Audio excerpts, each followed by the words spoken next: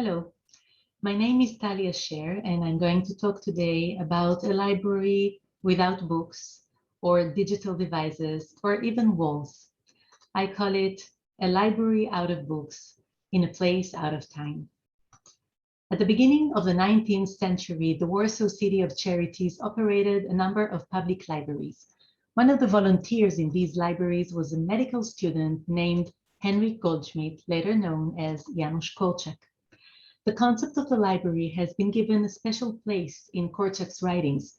From his work at the library, as he wrote, he has improved his observation skills.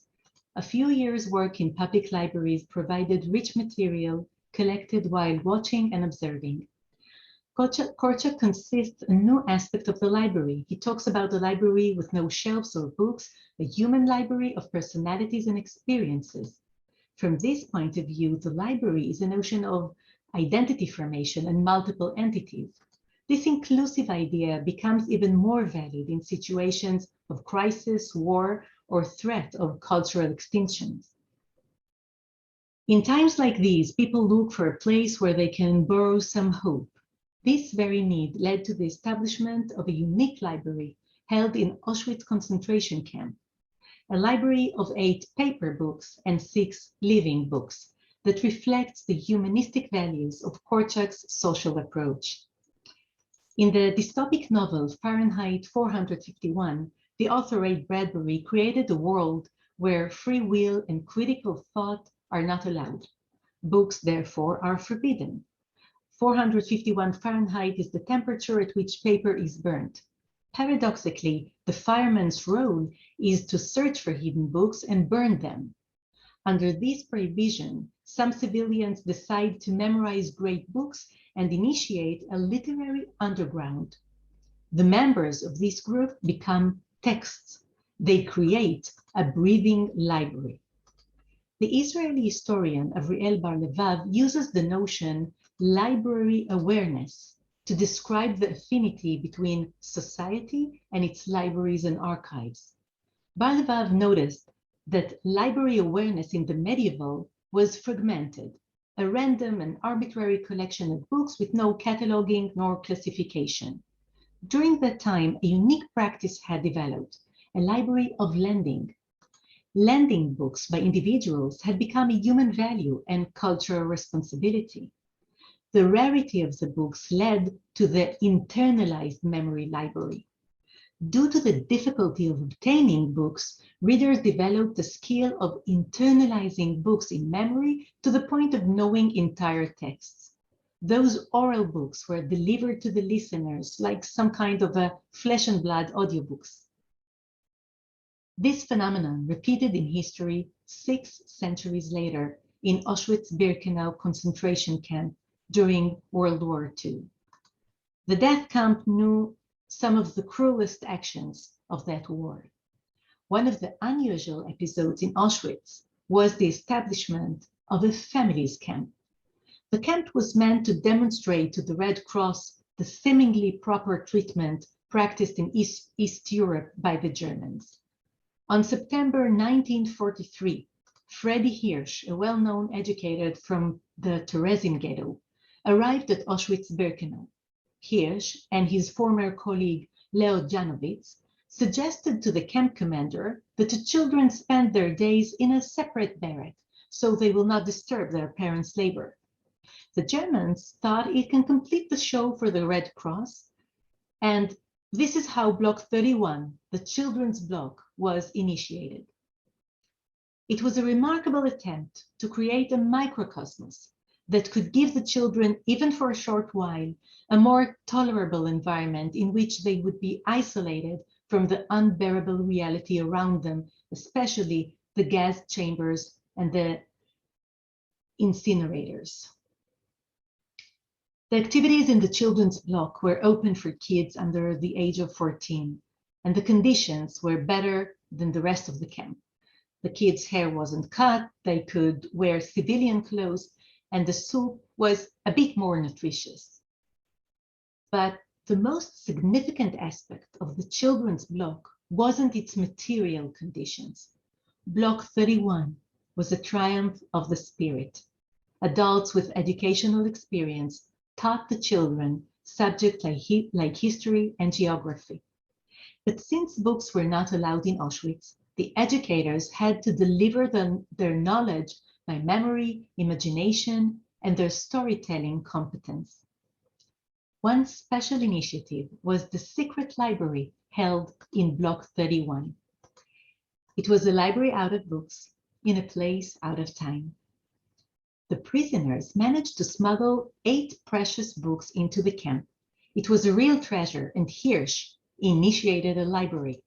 He asked a 14-year-old girl, Dita Polkova, to be in charge of them. He knew that she loved books and had experience as a librarian's assistant in Terezin. This is how young Dita became the librarian of Auschwitz. The Spanish journalist Antonio Iturbe researched that story and wrote the historic novel The Librarian of Auschwitz. Most of the following quotes are taken from this novel.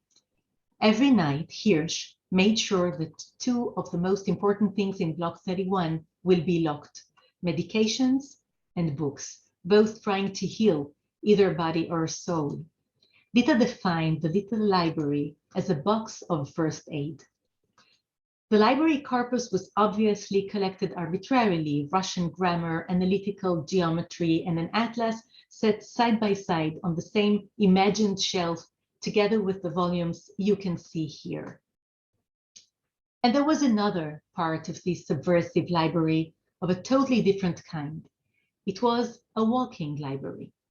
A few teachers who profoundly knew some literary works had become breathing books. They told the children stories and novels that they knew almost by heart and borrowed themselves. It lifted the kids to another place. During the time they are being told the story, the children stop being in this nest full of fleas, stop smelling the burnt meat, stop being afraid. In those minutes, they are happy. If we look at reality, we feel disgust and rage. All we have left is the imagination. No matter how many times the children listened to a story, they wanted to hear it over and over again.